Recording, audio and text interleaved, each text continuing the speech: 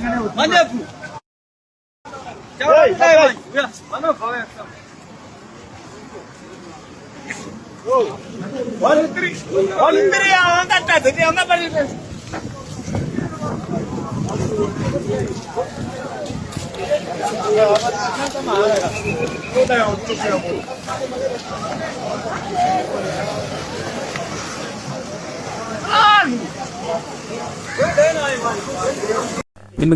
Welcome back to Chef the Soul TV News. If you are new, please don't forget to subscribe to this channel. So this is a video that I found on social media.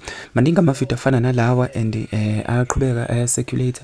These videos have been trending since the festive season, since ama holiday. So what is happening? These are foreign nationals coming from their nations, coming from their different countries. Bese behlanganela lapha kwi-border to cross over South Africa. What does it mean lento ke ngempela ke mayelana ke nokuba sengcupheni kwezwe nokuba sengcupheni ngokuvikeleka kwalo ke izwe? Kwesinye isikhathi futhi sike sabona nesinye seyitori sithinta ukuthi ke omunye wabantu ke abagadayo noma ngizothi omunye wamasosha uye walimala elinyazwa i-foreign national ngenxa yokwazi kodwa ke inhlanhla leyo ngoba phela ke batrainiwe labantu wawazi ukuzivikela. Kodwa mase sithatha ukubheka, this is no longer ngizothi ke this is no longer into ekumele ngabe siyayamkela even thina as abantu ke bala eNingizimu Afrika.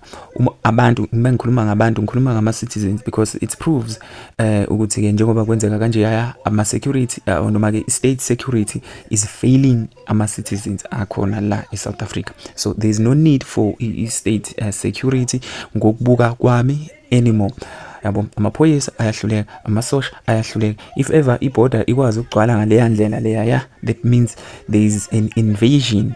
This is an invasion ngempela mase uthatha ukubheka. Futhi ke kuthiwa la sizongena ngodli, yabo angeke sizwe ngohulumeni wakuleli yalizwe kanjani. I think futhi it was time la kumele khona ngempela ke ulokhu ngani upresident walo lelizwe ekumele ngabe usekwazile ukukhuluma ngayo lenkinga ngoba inkinga le yabo akuyona ke this is a threat to community yala eNingizimu Afrika.